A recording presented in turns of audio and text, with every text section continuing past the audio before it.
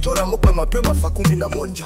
Nikaja dada nikapata chamsha kinywa. Nikaenda kazi yangu kushona Uhuru Market. Nienda kuuza raditi zangu Githurai 45. Nikirudi nikapitia hapo country bus. Niliona kiu sana dakika 9 baridi. Nikatekiu nikipumzika kwa hoteli. Hapo nje kuliwekwa gunia mbili za kaka, vijana wawili walikuja kuchokora chakula. Kila mmoja akaketi kwa gunia yake hali. Viatu vyao vichafu hadi havifanani.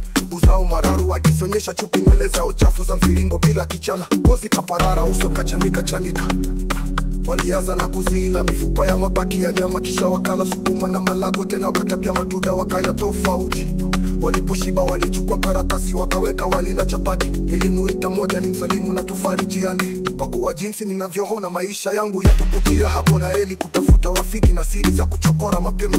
Machozi alimkera na kupinga chama. Aliniambia kakabie mamangu aliniacha, baba alinichapa, mama kasilai. Hapo mama alikwenda kwa akaniacha. Baada yangu waka mama katakulia. Nyanya hayupo na babu hayupo. Ndugu na dada walinitesa sana, sitaki kukumbuka. Kazi ya sulubu kichapo chapuna.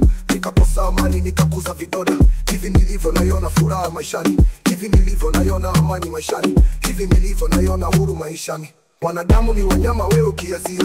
Hawa wanadamu hawezi nisaidia. Kama wanangoja niibe ili waniue. Mungu ana sababu niwe hivi.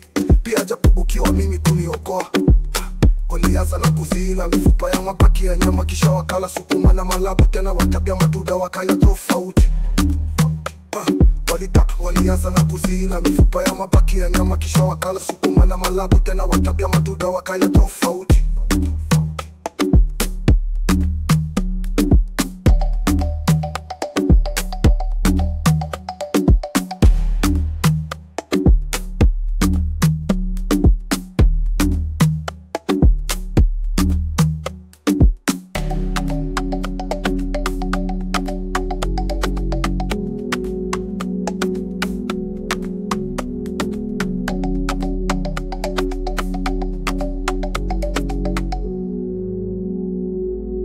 Kwa jinsi ninavyoona maisha yangu